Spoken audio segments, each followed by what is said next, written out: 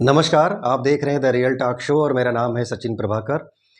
दोस्तों, 10 वर्षों के बाद जम्मू कश्मीर में विधानसभा चुनाव हुए और ये चुनाव धारा 370 हटने के बाद में पहली बार विधानसभा चुनाव हुए जम्मू कश्मीर में। और इन विधानसभा चुनाव में जो इंडिया गठबंधन लोकसभा चुनाव के वक्त बना था, उसी इंडिया गठबंधन ने इस चुनाव में अपनी जीत हासिल की, अपनी जीत सुनिश्चित की और उस इंडिया गठबंधन को उसी जम्मू कश्मीर में पूर्ण बहुमत की सरकार बनाने का विश्वास वहां की जनता ने दिया। और आखिरकार जम्मू कश्मीर के अंदर इंडिया गठबंधन की चुनाव में हुई जीत के बाद इंडिया गठबंधन की वहां पर सरकार बनी। और उस इंडिया गठबंधन में जिसमें मुख्य रूप से लीडिंग पार्टी के रूप में नेशनल कॉन्फ्रेंस निकल करके आई। नेशनल कॉन्फ्रेंस यानी फारूक अब्दुल्ला के बेटे उमर अब्दुल्ला पार्टी को संभाल रहे हैं। और वही उमर अब्दुल्ला जो 2009 से 2015 तक जम्मू कश्मीर के मुख्यमंत्री भी रहे हैं। हालांकि अगर जम्मू कश्मीर के परिप्रेक्ष्य में बात की जाए तो अब जम्मू कश्मीर वो जम्मू कश्मीर नहीं रहा जो 2009 से 2015 का जम्मू कश्मीर था। अब जम्मू कश्मीर एक यूनियन टेरेटरी हो चुका है, यानी कि केंद्र शासित प्रदेश। वो केंद्र शासित प्रदेश जहां पर एलजी केंद्र सरकार का होगा, पुलिस उस एलजी के अंडर में होगी। यानी कि अब जम्मू कश्मीर जो राज्य है वो पूर्ण राज्य नहीं है। उस जम्मू कश्मीर को गवर्न करेंगे एलजी और वहां के मुख्यमंत्री मिल करके। ये बड़ी विडंबना का सब्जेक्ट है। हालांकि आज पूरे जोश और पूरे होश के साथ में जम्मू कश्मीर के अंदर शपथ ग्रहण समारोह हुआ।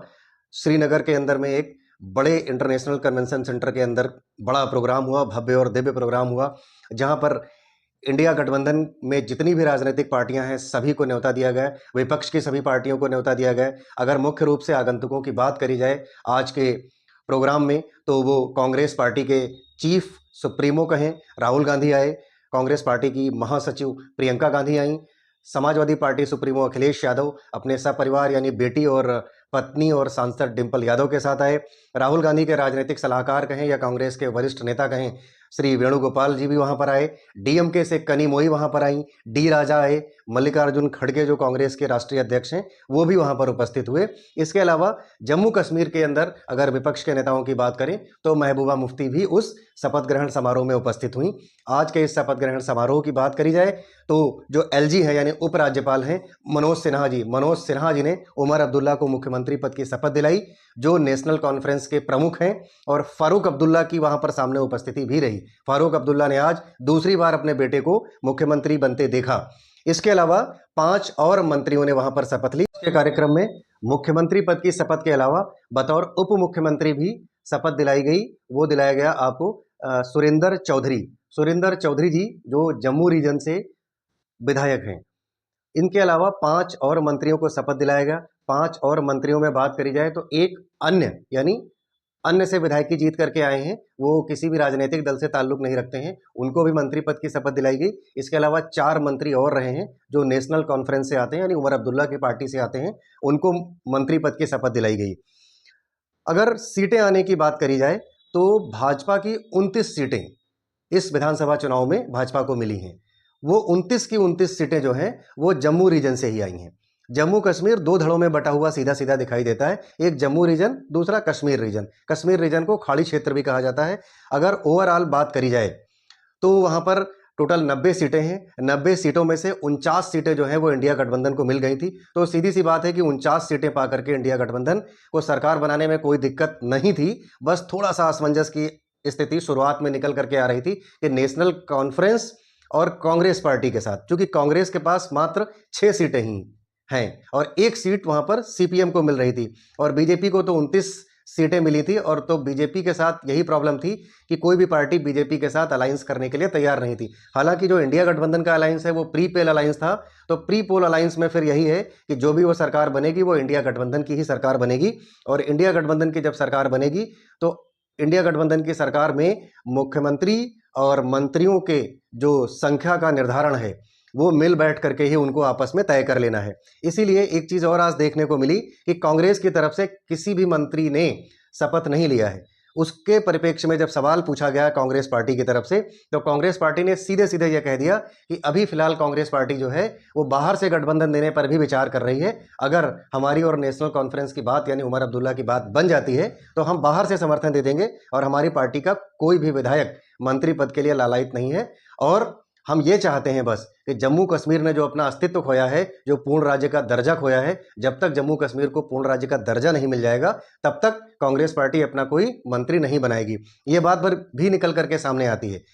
जम्मू कश्मीर में सरकार का निर्धारण तो आज हो गया, लेकिन जम्मू कश्मीर में सदैव 2-3 बड़े मुद्दों पर बात होती रही है। एक तो इंफ्रास्ट्रक्चरल डेवलपमेंट के लिए सबसे बड़ी बात होती रही है, शायद जिस मुद्दे पर सभी राजनीतिक पार्टियां कतराती भी हैं बात करने पर, क्योंकि इस मुद्दे पर शायद वोटों का बंटवारा कर पाना आसान नहीं होता है।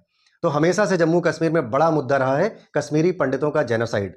अब जो जम्मू रीजन में जहां से 29 सीटें भाजपा को मिली हैं, वहां के तमाम लोगों से, मीडिया चैनल्स के तमाम लोगों ने जब बात की तो जम्मू रीजन्स के कश्मीरियों ने लगातार सीधा एक आरोप लगाया कि पूर्व की सरकार ने भी, उमर अब्दुल्ला ने पार्शियलिटी की थी जम्मू रीजन के लोगों के साथ में। कश्मीरी पंडित जो कि विस्थापित होकर दिल्ली एनसीआर में रह रहे हैं, उनके साथ न्याय नहीं किया था। लगातार कश्मीर का सबसे बड़ा मुद्दा रहा है कि जो कश्मीरी पंडितों का जेनोसाइड हुआ था, उनको दोबारा से जम्मू कश्मीर के अंदर उनकी सारी खोई हुई संपत्ति वापस दी जाए, उनको पुनर्स्थापित किया जाए और ससम्मान वो जम्मू कश्मीर के एक बार पुनः नागरिक बन सकें। ये मांग लगातार वहां पर निकल करके आती रहती है। अब देखने वाली बात यह होगी कि उमर अब्दुल्ला सरकार पर जो आरोप पहले से भी लगते आ रहे हैं, उन आरोपों से कितना बच पाएंगे उमर अब्दुल्ला, कितना न्याय कर पाएंगे कश्मीरी पंडितों के साथ में। क्योंकि एक मजबूत विपक्ष के रूप में भाजपा वहां पर उपस्थित है। 29 सीटें हैं जो जम्मू रीजन से आई हैं। 29 सीटों के साथ भाजपा भी बहुत आसानी से वहां पर सरकार चलाने नहीं देगी उमर अब्दुल्ला को। अगर उमर अब्दुल्ला ने सही रणनीतिक तौर पर काम न किया और कश्मीरी पंडितों के मुद्दे पर एक व्यापक रूप से, एक गहन रूप से काम न कर पाए, क्योंकि जम्मू कश्मीर पूर्ण राज्य का दर्जा भी नहीं है। धारा 370 लगने के बाद लद्दाख को वहां से काट करके एक अलग यूनियन टेरिटरी के रूप में बना दिया गया है और जम्मू कश्मीर अपने आप में एक सेपरेट यूनियन टेरिटरी है। तो सरकार चलाना बहुत आसान नहीं होगा उमर अब्दुल्ला के लिए। यह देखने वाली बात होगी भविष्य के लिए भी। और एलजी तो फिर है ही। दिल्ली से भी बात निकल करके अगर आती है तो अरविंद केजरीवाल ने कहा है कि एलजी के साथ मिल करके कैसे हमें सरकार चलानी है, ये हम सिखाएंगे कश्मीर के मुख्यमंत्री को। लेकिन ये बड़ी बात होगी कि किस तरीके से जम्मू कश्मीर की सरकार चलेगी और जम्मू कश्मीर का ओवरऑल जो प्रोस्पेक्टिव रहा है, जो परसेप्शन रहा है, वो कश्मीरियत फिर जमहूरियत। और ये फारूक अब्दुल्ला के मुंह से सबने बहुत बार सुना है कि जब कश्मीरियत रहेगी तो जमहूरियत रहेगी। और वहां से जो रिजल्ट निकल करके आया है वो भी इस बात की गवाही देता है कि कश्मीरियत ही वहां पर निकल करके आई है और कश्मीरियत की बात करने वाले लोगों को ही वहां पर बहुमत मिला है। 90 में से 42 सीटें नेशनल कॉन्फ्रेंस वहां पर जीती है, तो एक प्रचंड बहुमत के साथ में वहां पर आज एक सरकार बनी है। इसके अलावा जब पूरा प्रोग्राम आज का संपन्न हो गया तो महबूबा मुफ्ती के साथ जब मीडिया के लोगों ने बात की तो हालांकि महबूबा मुफ्ती की पार्टी इस पूरे चुनाव में कोई अच्छा परफॉर्मेंस नहीं दे पाई है। सिर्फ पीडीपी को 3 सीटें मिली हैं। यहां तक कि जो उनकी लड़की इल्तिजा मुफ्ती जो भी विदेश से पढ़ करके आई थी, उसने भी विधानसभा चुनाव लड़ा और वो विधानसभा चुनाव अपना हार गई। हालांकि चुनी हुई सरकार को एक जो लोकतांत्रिक तरीका होता है, जो एक औपचारिक तरीका होता है, उसके तहत महबूबा मुफ्ती ने बधाई दी, शुभकामनाएं दिया और जम्मू कश्मीर की बेहतरी के लिए भी दुआ करने के लिए ऐसा उनसे बोला। तो ये सब आज का पूरा एक घटनाक्रम रहा है। ये भविष्य की बात होगी कि जम्मू कश्मीर में जम्मू कश्मीर के लोगों को कितना इस सरकार से उम्मीदें हैं और कितना इन सरकार से जम्मू कश्मीर के लोगों की उम्मीदें पूरी होंगी, ये देखने वाली बात होगी। आप सब हमारा ये वीडियो पूरा देखिए और देखने के लिए धन्यवाद। हमारा चैनल लाइक करिए, सब्सक्राइब करिए और हमारा चैनल पर और भी वीडियो जिस मुद्दे पर आप देखना चाहते हैं उसके विषय में आप कमेंट सेक्शन में अपना कमेंट भी करिए। धन्यवाद। जय हिंद, जय भारत। स्वस्थ रहिए, मस्त रहिए।